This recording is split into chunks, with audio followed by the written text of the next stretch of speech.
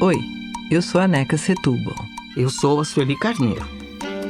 Está começando a segunda temporada do Escute as Mais Velhas, o podcast da Fundação Tite Setúbal, produzido pelo Estúdio Novelo. Seja muito bem-vinda e muito bem-vindo. Aqui, a gente se encontra toda semana para conversar com mulheres que participaram de momentos definidores na conquista por direitos no Brasil. E para falar desses momentos e do que é ser mulher no Brasil, nós começamos nessa temporada com a escritora, jornalista e imortal Rosisca Darcy de Oliveira. A Rosisca tem uma história incrível no feminismo do Brasil. Me impressionou muito, por exemplo, todas as viagens que ela fez pelo Brasil todo, divulgando a pauta do feminismo nos anos 80, que era muito pioneiro. Realmente há um aspecto da biografia dela que me encantou e foi absolutamente inesperado. A presença dela no continente africano como educadora, dentro da agenda de educação de Paulo Freire, fazendo um resgate extraordinário do legado de Amilcar Cabral. Vamos para a conversa com a Rosisca.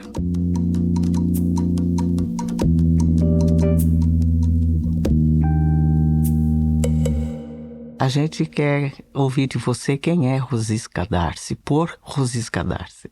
Sueli, que bom reencontrar você.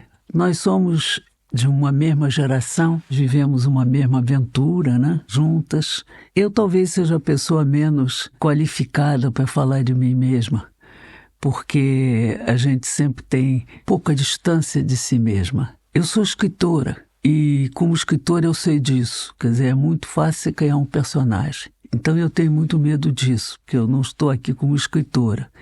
Eu estou aqui como uma amiga de vocês, uma pessoa que teve e tem um trabalho ainda para melhorar um pouco o status das mulheres no Brasil, não é? Então não sei se eu sou a pessoa mais adequada para falar de mim. Mas 2 ou 3 coisas que eu sei dela, não é? Ela é carioca, não é? Viveu no Brasil até 23 anos, depois passou 15 anos exilada na Suíça, voltou para o Brasil, para a mesma casa onde morava, para a mesma casa onde nasceu e onde mora até hoje. Isso é um perfil que eu acho que é factual, digamos assim. Estudei Direito, jornalista, escritora, comecei na revista Senhor quando era uma menina e fui retirada do colégio de gravatinha ainda, de uniforme, pelo poeta Reinaldo Jardim, que era o diretor da revista, que leu numa revista escolar um texto que eu havia escrito.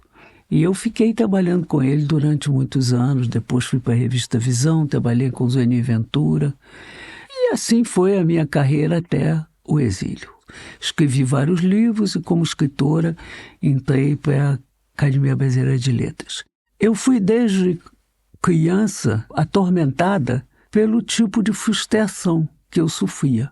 E as frustrações que eu sofria eram da ordem de não poder fazer as coisas que eu tinha vontade de fazer.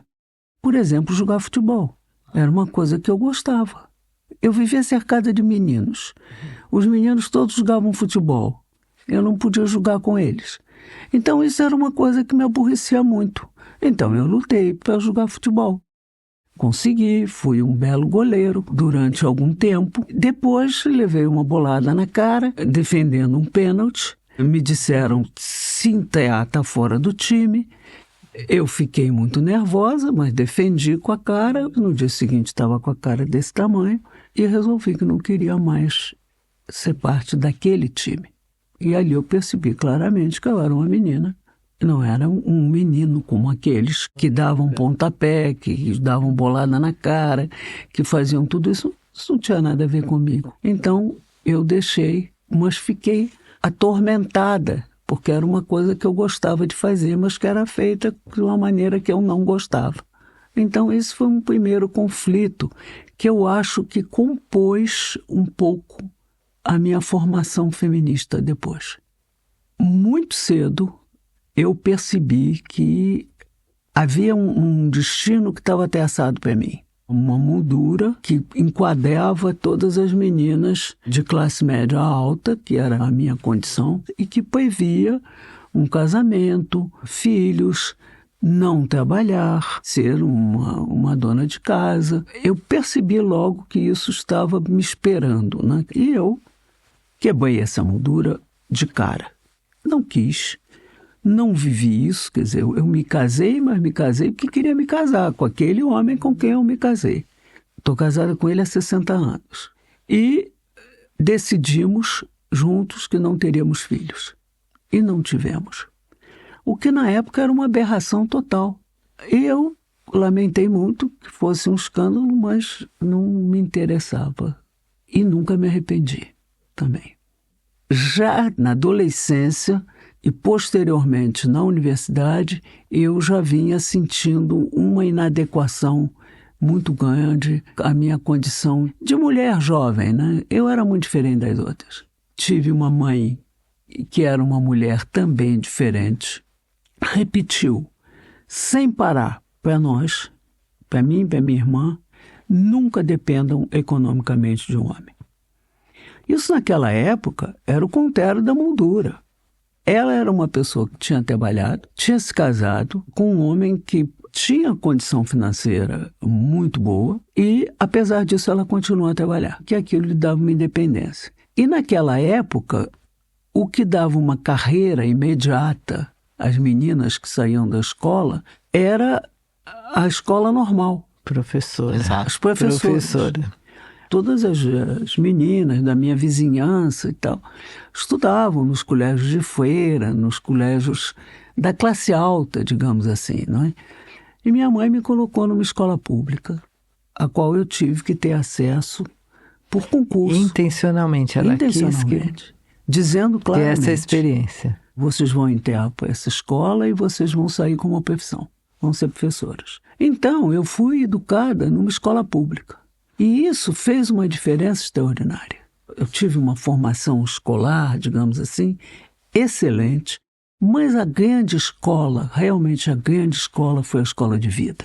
A abertura para um mundo que eu desconhecia, para as pessoas que viviam de uma maneira diferente da minha, e deslizar para isso com absoluta naturalidade. Isso não foi um choque. O choque veio depois. Era uma escola só de meninas? Só de meninas. Já aí, não é? Na adolescência, nós constituímos esse grupo.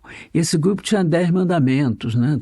Toda gangue tem 10 mandamentos. Tem que ter. Fidelidade, né? Claro. Então, o primeiro deles era não respeitar as portas fechadas. Uau! Eu acho isso, hoje Incrível. eu acho isso muito bonito. Muito bonito. E foi o que nós fizemos a vida inteira. Todas. Não respeitamos cada uma a sua maneira, portas fechadas.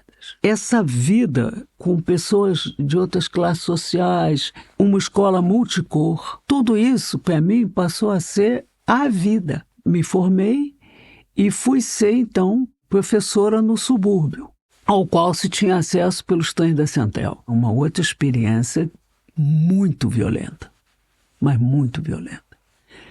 Para adolescentes de 18 anos, quer dizer, que eram bulinadas, que viam coisas que nunca tinham visto antes. Enfim, foi um tranco muito grande para mim. E um aprendizado do que era a vida real, do que era o país. Aí já são fatos subjetivos, quer dizer, uma postura interna que era de desconforto no começo, e depois foi de indignação. Eu peguei uma turma chamada de alunos especiais. Eram crianças supostamente com problemas de aprendizado e eu percebi no contato com as crianças que elas não tinham problema nenhum. E disse à diretora, eu quero ver o teste que classificou essas crianças como especiais. Não havia teste nenhum. Era um defeito de cor, provavelmente. Era um defeito de cor, era um defeito de classe também. Sim. Eram crianças muito pobres, eram crianças negras. Eu fiz um escarcéu na escola, fiz um escândalo, briguei com a diretora, me demiti. Eu não me tornei como eu me tornei porque eu li Marx, porque eu li isso, porque eu li aquilo outro. Eu não li nada disso nessa idade. Mas nessa idade, eu já tinha a percepção clara do que se chamou depois a injustiça social, Sim. a desigualdade. Quando eu saí de lá, eu era o que se chamava uma pessoa de esquerda. Veio 64, que eu já tinha entendido o que estava acontecendo. Eu e o Brasil inteiro, quer dizer, havia uma ditadura. E aí, dentro da universidade, a efervescência. Aí teve tudo. Perseguição dentro da própria universidade, contra nós. Aproximação com grupos políticos que se organizavam na época. Eu nunca fui membro de nenhum partido político. Só fui membro convicta do movimento feminista. Veio 68, aí a ditadura declarada. Eu me casei em 68 com um rapaz recém-formado no Itamaraty, um diplomata, Miguel. Fomos mandados para Nova York, para a Assembleia Geral da ONU. Eu entendi como é que funcionava a Assembleia Geral da ONU, foi importante entender isso para mim.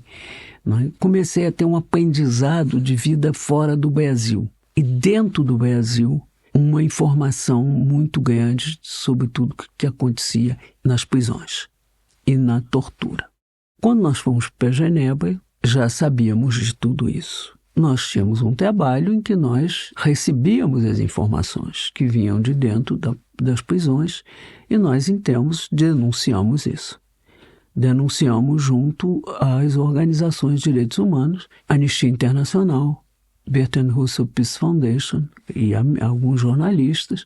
Isso foi descoberto porque prenderam no Brasil as pessoas que estavam em contato conosco, torturaram e elas foram forçadas a dizer que não havia torturas. Depois disso, tinham que dizer para onde iam, aquelas coisas. Enfim, bom, isso tudo estourou. E o Miguel foi chamado ao Brasil a serviço e foi preso. Eu fiquei em Genebra, ele foi chamado a serviço, supostamente, para voltar logo depois. E aí, ele desapareceu e foi um pânico. Nós todos procuramos, sabíamos que ele tinha sido preso. Um dia eu recebi uma chamada à embaixada, aí eu fui e lá eu fui presa também. Era uma armadilha, não tinha carta nenhuma e tal. Eu fui interrogada durante 12 horas, numa sala fechada com um coronel, um major e um diplomata. Só escapei porque um colega do Miguel me esperou na saída até meia-noite. Quer dizer, eu entrei ao meio-dia e saí à meia-noite. Quando eu saí à meia-noite, ele estava sentado lá de fora e disse: eu vou levar você em casa. Eles tentaram reagir, ele disse: não, ela vai para casa comigo, eu vou levar ela em casa. E eu acho que com isso eu escapei realmente de ficar presa, mandada para o Brasil. Pedi asilo e fiquei asilada durante esses anos todos. E eu continuei a fazer o meu trabalho no exterior, como eu tinha que fazer. Né? Mas e o Miguel? O Miguel conseguiu sair para uma prisão domiciliar e dali ele fugiu. Foi para o Chile e do Chile ele obteve um documento chileno que levou-o até Genebra. Não tinha passaporte, não tinha mais nada. E em Genebra ele pediu asilo também e lá ficamos 15 anos. Como que na Suíça você conheceu Paulo Freire e você ficou 10 anos trabalhando com Paulo Freire, né? Talvez mais, depois no Brasil também. Também você continuou. Então, como foi esse encontro com o Paulo Freire? Como foi esse trabalho na África? Depois que eu pedi asilo, eu não conhecia ninguém na cidade. Eu fui morar numa casa de estudantes. Assim que eu cheguei nessa casa de estudantes, um dia tocou o telefone para mim e uma voz de homem que disse: meu nome é Paulo Freire. E ele disse: eu queria te convidar para almoçar na minha casa com a minha família. E eu fui. E desde então, a família do Paulo virou a minha família. E eu fiquei muito amiga dele. E aí nós tivemos a ideia de criar juntos um instituto e ele ter uma equipe que ajudasse a ele a dar conta todas as demandas que ele recebia. E foi a fundação do que se chamou, na época, o Institut d'Action Culturelle, que era o Instituto de Ação Cultural, que virou depois o IDAC. Isso nós criamos em 71. As colônias portuguesas estavam se independizando. Sim, estavam 70, na guerra de libertação. Sim. Inclusive, essa casa de estudantes em que eu morava acolhia muitos refugiados de Angola, de Moçambique, Sim, da Guiné, os países enfim. da África portuguesa. Os países, os refugiados da guerra. Então eu tinha muito contato com o pessoal de lá. Lá estava eu, nessa casa de estudantes, quando veio um convite para o Paulo, do recém-instalado governo da Guiné-Bissau, para que fosse refazer o sistema educacional da Guiné-Bissau. E aí nós conversamos muito, aceita, não aceita, temos perna, não temos, enfim, pé isso, mas aceitamos. Aí foi a equipe inteira para a Guiné. Aí foi uma experiência extraordinária. Muito difícil, porque havia 19 dialetos. Então foi uma batalha para conseguir algum progresso. Imagina um sistema de educação Eu me lembro, com essa multiplicidade de línguas. Eu me lembro de situações assim do tipo, sentada à beira-mar com a ministra da Educação, lá na época, olhando para o horizonte, eu e ela, para ver se vimos o barco. Tinha um barco que ia chegar trazendo os cadernos, os lápis. Não tinha nada no país. Não tinha nada. Os portugueses tinham levado tudo. Quando eles saíram em todos os países, eles fizeram isso. Né? Levaram tudo. Na rádio de Bissau... O que não podiam levar, destruíram. A rádio de Bissau tinha uma rádio só em Bissau. Né? No país inteiro tinha uma rádio só. Sim. E a única coisa, um jornal chamado Nopincha, que é a nossa luta, e o resto era isso. E quando eles saíram, eles quebraram todos os discos. Só sobrou um inteiro. Ficou inteiro um disco, que era um disco do Nelson Gonçalves. Nossa! E Nelson Gonçalves tocava ali, direto o fundo musical para mim, da Guiné. Ficou sendo Nelson Gonçalves. Que todo mundo sabia cantar todas as músicas dali, né?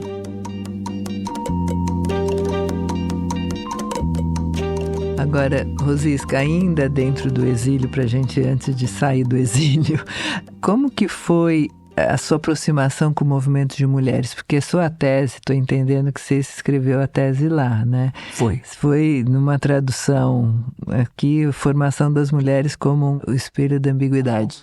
Como foi isso? Começou na Suíça, né? O primeiro trabalho que eu consegui foi uma revista italiana que me encomendou um artigo sobre a literatura latino-americana, o realismo fantástico.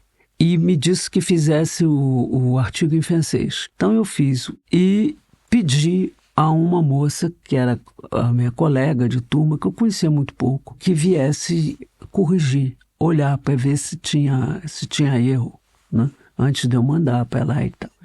Esta moça, que se tornou minha amiga, foi a primeira amiga que eu tive lá. Eu dava um valor imenso a isso, a ter uma amizade com alguém. Essa moça me disse um dia, eu tinha muita vontade de levar você a um lugar que eu acho que você vai gostar muito. Nós temos um grupo de mulheres que se reúne e eu tenho a impressão que você vai gostar muito, gostaria que você fosse comigo. Eu nem sabia direito o que era, mas como foi um convite dela e eu queria ser amiga dela, eu disse, vou com você. E fui. Era uma célula feminista, a primeira da Suíça. Adorei. Achei um negócio espetacular. Era um lugar onde se falava de tudo que era proibido. Tudo de que não se falava nunca. Os problemas de casa, conjugais, sexualidade, dificuldades cotidianas, briga com o patrão, humilhações públicas. Aquilo foi o germe do movimento feminista suíço. Agora, para mim, foi a experiência de pertencimento. Eu sempre cito a Virginia Woolf. Disse, ali eu tinha passaporte. Eu não era exilada, não era coisa nenhuma, entende? Eu estava ali por direito de nascença. Neste grupo, eu fiz as minhas melhores amigas da vida inteira, que são até hoje. Uma era suíça, outra era egípcia, outra era alemã, tinha todo tipo. Mas as principais, que ficaram minhas amigas da vida inteira, foram essas. Agora, quando eu fiz 80 anos, elas estavam na festa dos meus 80 anos. Olha, que máximo, que legal, que lindo. É uma história de vida. Quem viveu esse feminismo do nosso tempo pode entender isso muito bem. Quer dizer, não era só um movimento político, uma experiência existencial de cumplicidade, de lealdade, de presença na vida real, na vida concreta de nós todas. Aquilo virava assim uma família. E eu realmente tributo ao movimento de mulheres a minha salvação no exílio. E eu fui amadurecendo não só uma experiência de vida, mas eu fui amadurecendo uma experiência intelectual também. Eu fui elaborando a minha teoria, aquilo que eu escrevi depois como teoria feminista, eu fui tirando daquela experiência de vida que eu fui tendo. A um tal ponto que eu brinquei com o Paulo um dia assim: Paulo, eu vou escrever a Pedagogia das Oprimidas. Ele já tinha escrito a Pedagogia dos Oprimidos. Ele tinha escrito a Pedagogia do Oprimido. Eu disse: Paulo, eu vou escrever a Pedagogia das Oprimidas. Falei brincando. Mas, de certa forma, era isso mesmo. No fundo, eu recebi ali, naquela convivência, um conhecimento sobre o que era uma diferença. Tanto que depois não escrevi a Pedagogia das Oprimidas, mas escrevi o Elogio da Diferença. Foi o meu primeiro livro. E eu criei, então, em Genebra, o primeiro Women's Studies da Suíça. E eu dirigi por 10 anos, dentro da universidade. E assumi a direção disso. Ali foram feitas muitas teses de mestrado, de doutorado. Uma produção intelectual fantástica sobre o feminino. 2 ou 3 anos depois abriu um outro em Zurique, mas muito tempo depois. Mas que emerge da experiência dessa troca que o coletivo... Mas evidente, né? Mas partindo do seguinte princípio, Sueli, os movimentos sociais reinventam a educação. É lindo isso. Isso é incrível. E é verdade. Sim, são o maior campo educativo, se você me permite uma interpretação. Acho que o movimento negro foi isso também. Claro. Você não vai encontrar em nenhuma escola o que você encontra dentro de um movimento desses. Entende? Não vai encontrar. Mas saído por esse caminho, tortuou o caminho da realidade. Eu digo sempre, isso aqui pode parecer um romance, mas não é. É a vida real. É a vida real. É uma história sem exércitos, sem generais, não é? Eu ficava muito aborrecida, para dizer a verdade, porque toda vez que a gente tinha que encontrar alguém na história do Brasil para dizer que as mulheres tinham participado, lá vinha Maria Quitéria. Sempre. Armada, fardada. Aquilo me enlouquecia. Eu disse, eu não quero ser general, não vou ser general, não tenho vocação. Não é este o problema não está aí. Porque realmente, o problema, a meu ver, há um silêncio gritante sobre as mulheres. Ousa-se dizer que as mulheres não contribuíram para a civilização. Ora, quando você pega uma criança recém-nascida, é um bicho. 7 anos se entrega na escola, ela sabe escovar os dentes, ela sabe ir no banheiro, ela sabe tomar banho, ela sabe falar, ela sabe que não pode jogar pedra em cachorro.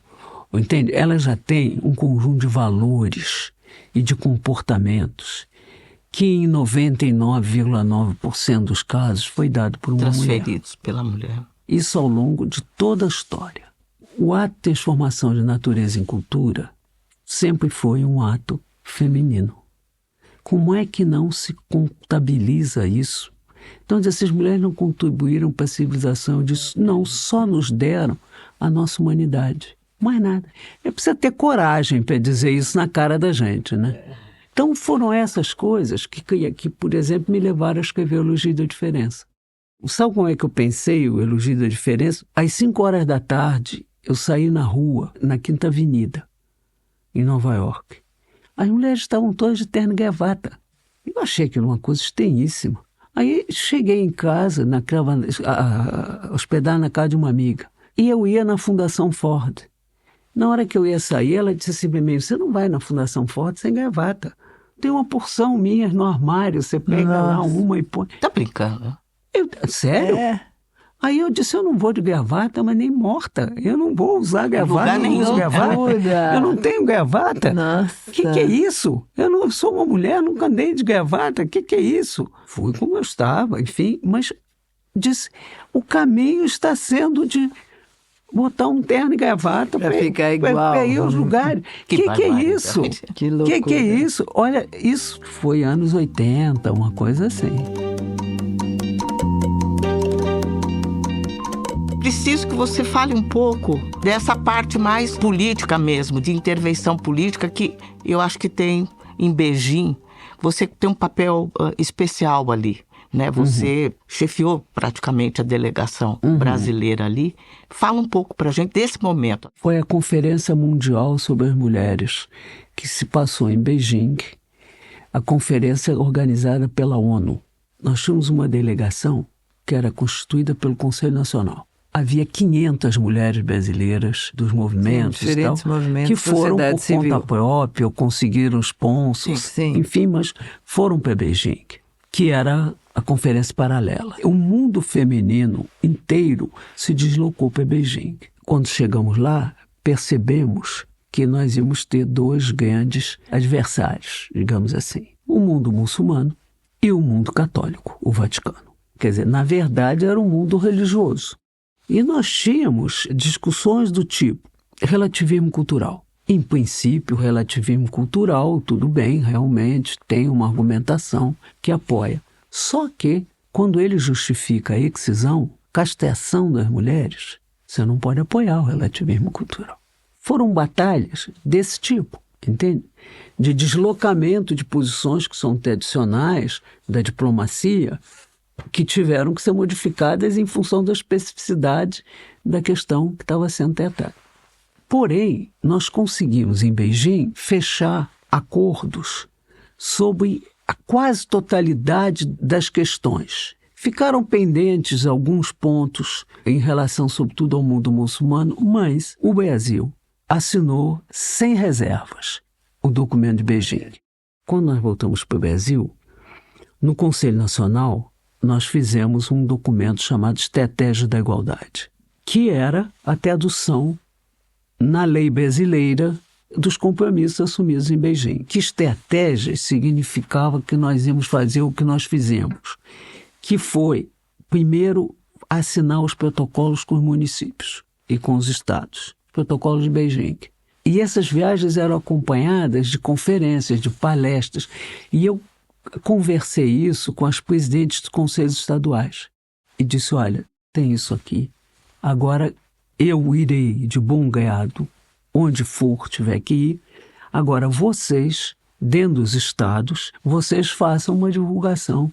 E foi feita uma divulgação muito importante. Os protocolos, quer dizer, as estratégias, pegaram. Conta um pouco pra gente como é que foi que você criou também o Centro de Liderança das Mulheres. O CELIM. CELIM. Na experiência do Conselho Nacional, como eu viajei muito pelo Brasil, viajei muito, e sempre com o olho, uma lente que era uma lente da situação das mulheres, eu percebi que havia uma quantidade incrível de projetos espontâneos criados por mulheres, entende? E que eram os que davam certo. Eles eram persistentes. Então, eu pensei assim, essas mulheres têm liderança. Ninguém chama isso de liderança. Chamam outra coisa, entende? Mas não, elas tinham muita liderança. Então, eu resolvi criar um centro de formação de lideranças que era destinado não a quem saía da estaca zero, mas quem já estava engajado em um projeto e que podia receber uma formação que ajudasse a potencializar. Foi um projeto nacional. E uma grande diversidade de inserções. Por exemplo, a presidente do Sindicato de Empregadas Domésticas e a editora de um jornal. Eu não botei crachá em ninguém, porque ninguém usa crachá na vida. Então as meninas chegavam e iam ter que se conhecer, contar o que elas faziam, o que elas não faziam e tal. E tinha módulos diversificados segundo os interesses. Por exemplo, saúde era um módulo, educação era outro. Elas ficavam no Rio durante um mês e meio, mais ou menos. Voltavam e faziam uma tese. E essa tese elas voltavam para defender 6 meses depois. A avaliação que eu tive no fim das alunas foi muito positiva. Tem um artigo seu que eu adoro. Boa sorte às novas gerações. Você diz, quem nasceu com luz elétrica não tem medo de escuridão, né? Em outro momento você fala que hoje não temos movimento de mulheres. Temos as mulheres em movimento. Situa isso agora. Onde estamos, né? Que expectativa ou frustração você tem em relação às novas gerações, né? Eu acho que nós tínhamos uma certa coesão, uma certa organização, mas o nosso ideal era não precisar mais de nós. Nós estávamos ali para que a sociedade brasileira andasse. Eu acho que a sociedade brasileira andou muito, muito. Não tanto quanto eu gostaria. Tem que andar muito mais.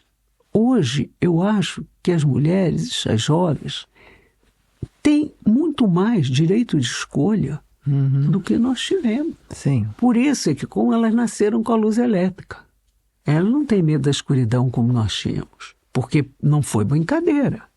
Um corpo a corpo, com o machismo fascista, violento, agressivo, fomos humilhadas de todo jeito. E, quem diria, né? Não demos a menor bola. Esse foi o nosso mérito. O nosso maior mérito, eu acho, foi ter tido coragem. Você fala de coragem e você já falou também aqui agora de liberdade, né? E você escreveu um livro sobre isso. O que é o significado disso? Eu acho primeiro que o sonho humano alimenta. Eu acho quase que a gente que faz parte do plasma humano. Você nascer com um desejo de liberdade. Mas eu acho que o que encapsula melhor a definição é o direito de escolha. No livro, eu abordo a explicação de por que eu acho que cresceu tanto esse obscurantismo no mundo. Eu acho que é medo. Um medo terrível porque as coisas saíram do lugar. E quem tirou do lugar foram os movimentos sociais que resolveram que não iam mais aceitar que se lhes dissesse onde é que eles deviam ficar. Padrão universal patriarcal. Eu analisei isso em relação a algumas facetas da vida que eu acho que são interessantes para entender isso, né? Quer dizer, a questão da escolha de ter ou não ter filhos é uma coisa, o aborto é outra. Com quem você vai ter filho? Essa liberdade em relação a dar ou não a luz e como dar e quando dar e com quem é um aumento da liberdade. Depois eu analisei o amar. Quem você ama? Você casa, não casa, descasa. Você casa com uma pessoa do mesmo sexo, você namora uma pessoa de sexo diferente. Você escolhe com quem você quer viver, por quanto tempo, enquanto o afeto dura. Não tem mais a clausura do casamento, que você não podia separar primeiro, não tinha nem divórcio, era desquite. Eu sou do tempo do desquite. Eu também. Tinha o desquite, depois tinha o divórcio. Fui desquitado. Não é? É uma coisa inacreditável. Depois, envelhecer. Aqui é um assunto que me interessa muito e sobre o qual eu ultimamente tenho escrito muito em primeira pessoa. Você não envelhece mais como você envelhecia antigamente. Há um respeito muito menor às regras do que como os velhos devem se comportar, o que é adequado e inadequado para uma idade. Não tem mais nada disso. Cada um trata de viver o seu envelhecimento, que é uma coisa dificílima. Diga-se de passagem. Cada um trata o seu envelhecimento com as forças que tem, com a maneira que tem e com a liberdade que se dá. Tem um último ponto, que para mim também é um tema da liberdade fundamental. É o direito de morrer. Porque você tem o direito de viver, mas você não tem a obrigação de viver, eu acho. Então, eu penso que as pessoas deveriam ter o direito de escolher se querem ou não viver, por quanto tempo querem viver, em que condições querem viver. Um direito que nós não temos no Brasil, como não temos o direito ao aborto. Quer dizer, são duas restrições de liberdade que se dão sobre o corpo que eu acho que são inadmissíveis. Eu não quis ter filho, não tive, vivi com quem quero viver, gostaria de poder morrer quando eu decidisse que não quero mais ficar aqui. Por enquanto estou longe disso, estou achando que está tudo muito bem. Ainda não, por enquanto, ainda tão barato. Se depender de mim, eu vou ficando.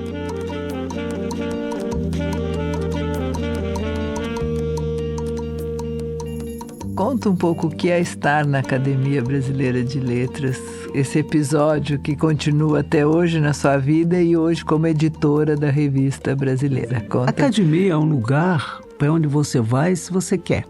Se eu me candidatei, eu tinha alguma razão para me candidatar.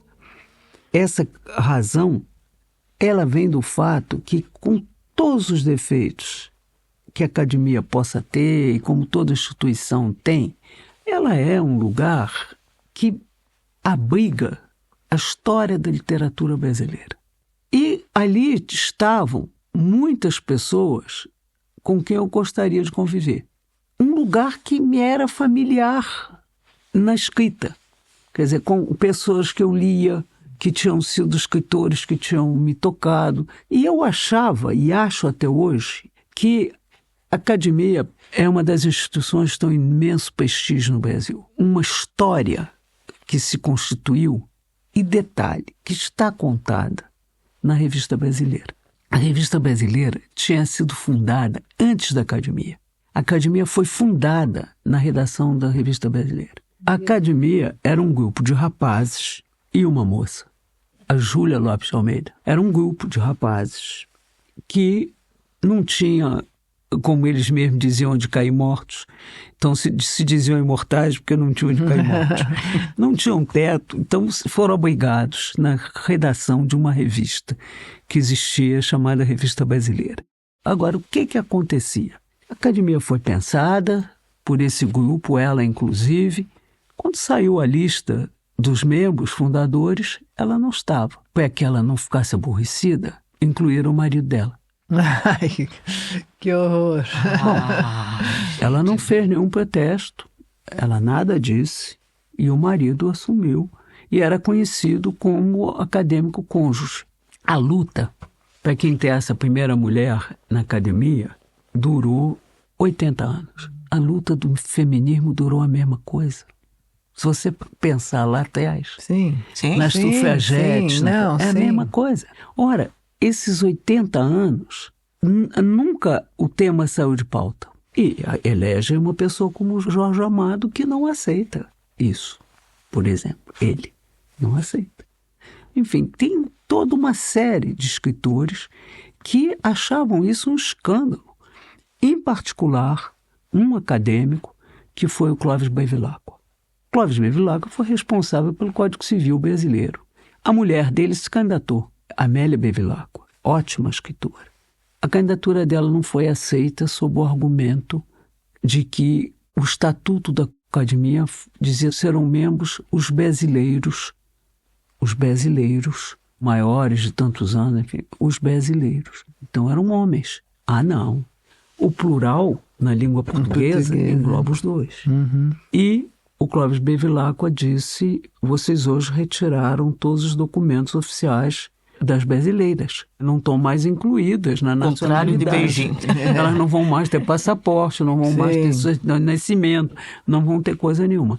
E o Clóvis Bevilacqua se afastou da academia por causa disso. Tem uma série de episódios que mostram que essa campanha vem sendo feita há muito tempo. Bom, Raquel de Queiroz ganhou. Sim. Se candidatou, ganhou, entrou.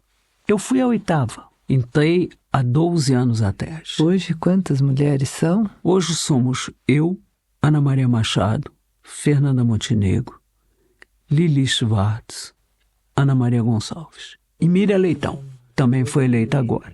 Então somos 6. É nada, né? É muito pouco. Então, uma das minhas causas é realmente a eleição de mais mulheres, sem dúvida nenhuma, que tem que ser eleitas. A outra questão é a questão racial e que também coincide com a mudança de consciência das posições que vão evoluindo.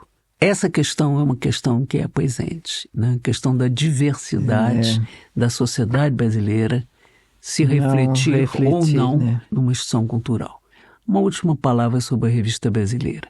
Eu penso que ela tenha sido uma alavanca também da ABL Portas Abertas. Era uma revista que sempre teve uma presença cultural, mas ela com o tempo tinha perdido muito do seu elan, né? E ela ganhou um elan agora, na medida em que nós fizemos dela uma revista brasileira, ou seja, tratando de temas brasileiros escritos por brasileiros. Eu tenho procurado dar a essa revista uma presença grande da excelência na cultura brasileira. Sim. Isso porque eu estou pessoalmente convencida que a cultura é a nossa grande força. E a diversidade da nossa cultura. Eu acho que o Brasil não é nem uma potência econômica, nem uma potência militar, mas é uma potência cultural e é uma potência ambiental. E acho que isso, tanto quanto possível, faço refletir sempre que posso na revista. Pensa o Brasil. Pensa o Brasil.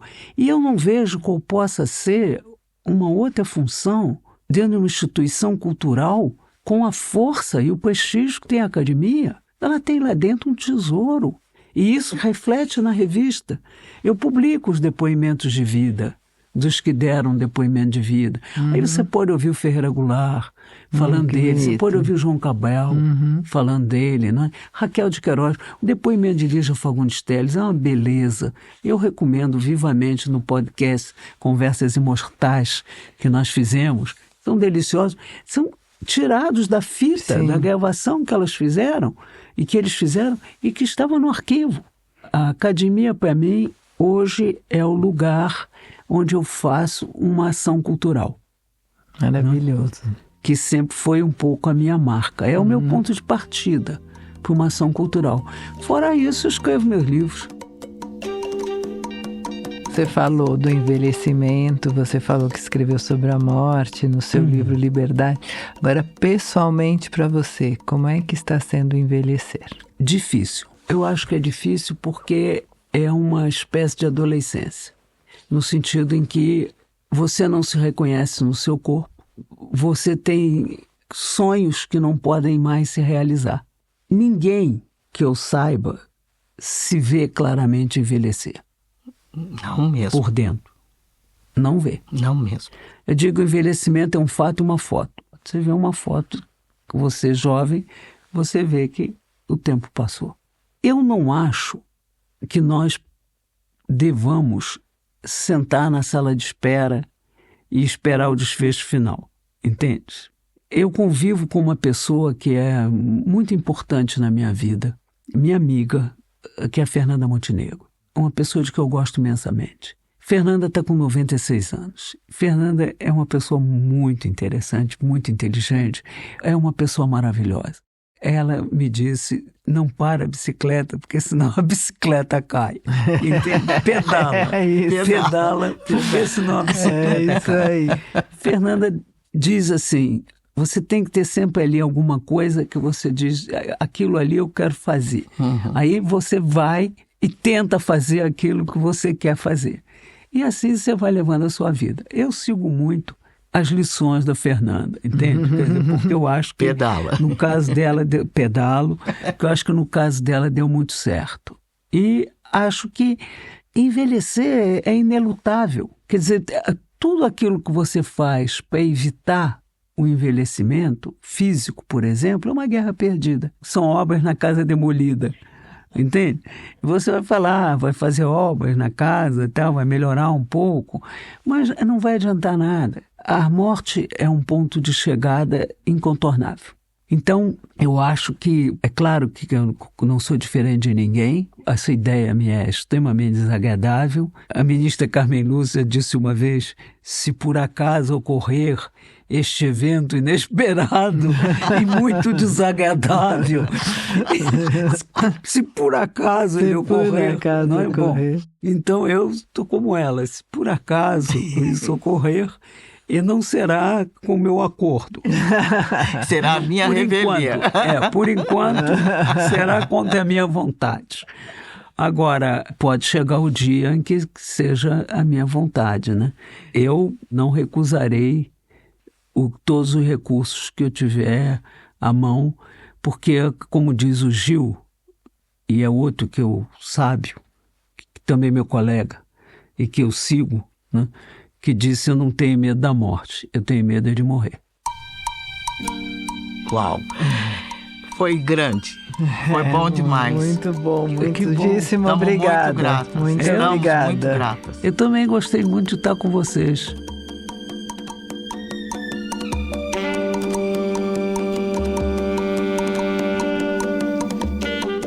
A gente te agradece por acompanhar o Escute as Mais Velhas.